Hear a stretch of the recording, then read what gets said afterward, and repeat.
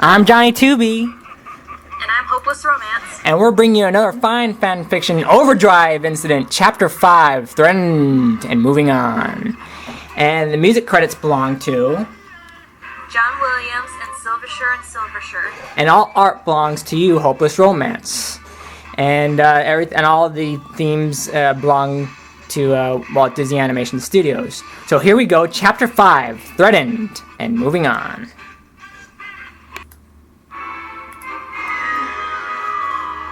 Mr. and Mrs. Von Bruenwald, one of the Panthers in a Kahn's pilot uniform, addressed the couple. Yes, Baloo angrily said while holding his wife. The other Panther pulled out a gun from his jacket and motioned them outside. The couple was escorted outside to a dark corner of the club where one of Kahn's smaller airplanes was parked. They were unsure what was going on and ushered into the airplane where they stood behind a black tall chair. The chair swiveled around to reveal none other than Shere Khan in his usual monotone pose. "Welcome, Mr. and Mrs. Von Bruenwald. I've been expecting you."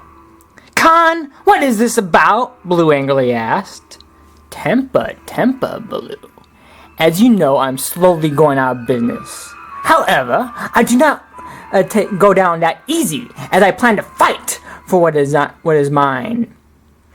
I do not wish to go out with a dim-wit candle. And since you've helped me in the past, I am letting you off the hook this easy. And be warned, Baloo and Rebecca, next time you might find yourself killed. As I hate those who betray me, especially those who help my competition and move me out of the way once they are on my once great and powerful empire.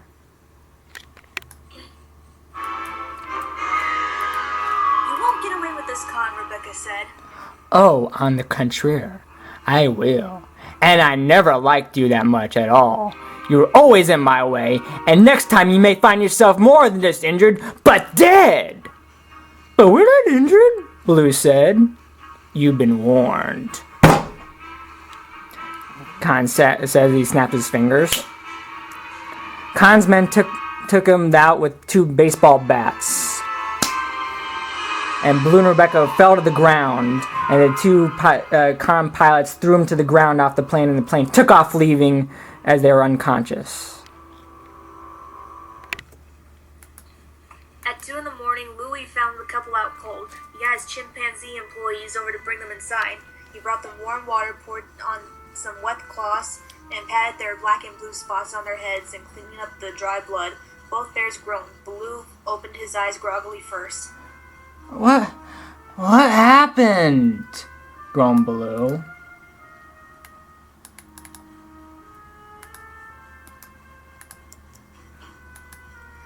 "Oh, my head," Becky groaned.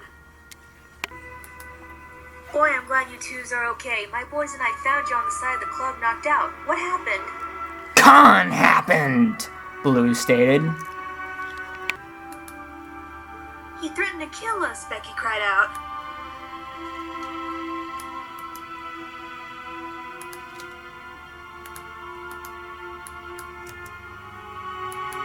"Don't worry, guys. Louie is here as your friend, and I'll protect you. Now I want you to stay here and rest up for the rest of the evening, free of charge, and free breakfast tomorrow." "Really? You would do that for us?" Baloo asked.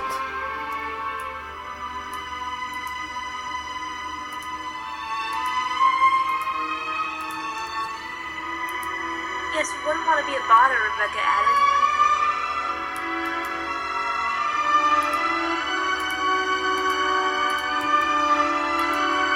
"No bother at all, Rebecca. Besides, that's what friends are for." "Thanks, man. You're a real pal," Baloo said cheerfully.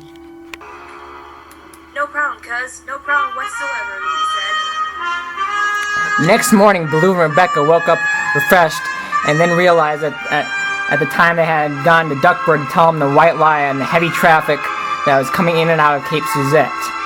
This they thought would give them enough ample time to refuel and then fly to Cape Suzette and then fly back to Duckburg on their highlight run and shipment to deliver McDuck products. Rebecca told this to Mr. McDuck's people that they needed more special fuel on the Overdrive. This was somewhat the truth since they were using it a lot that day.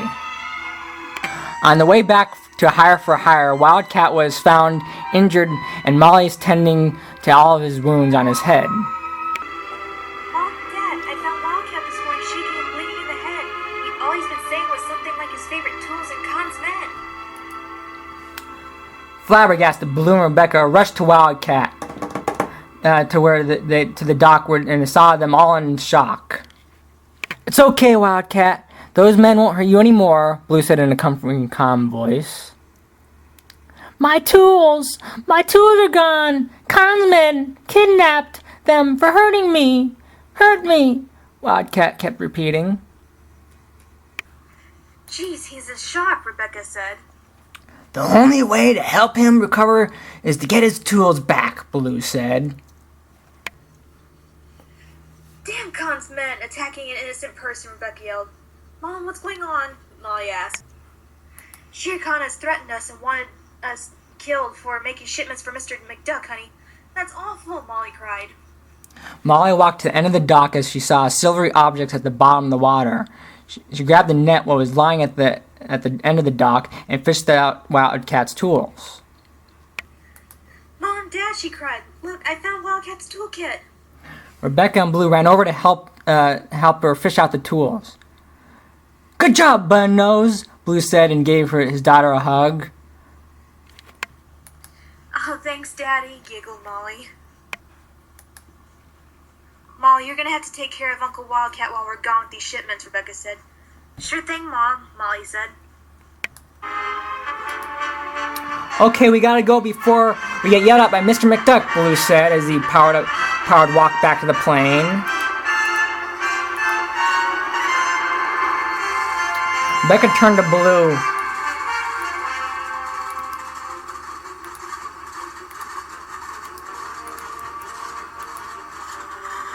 "Since when did you care about time?" "Since I married you."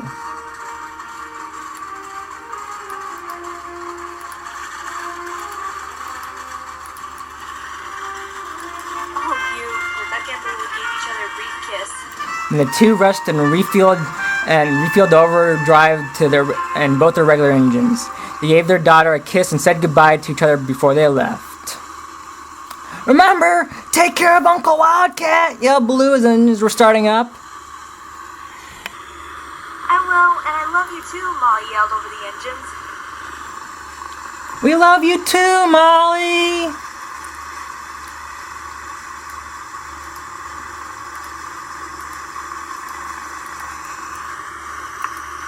Rebecca yelled as the plane was leaving. Molly replied and waved goodbye as the plane took off. As soon as the sea deck was clear, they escaped Suzette and pushed the Overdrive button. They are off to Duckburg to pick up more tools and equipment from Scrooge McDuck. I'm Johnny 2B. And I'm Hopeless Romance. And we bring you another chapter of Overdrive Incident. Threatened and moving on. Thank you for listening.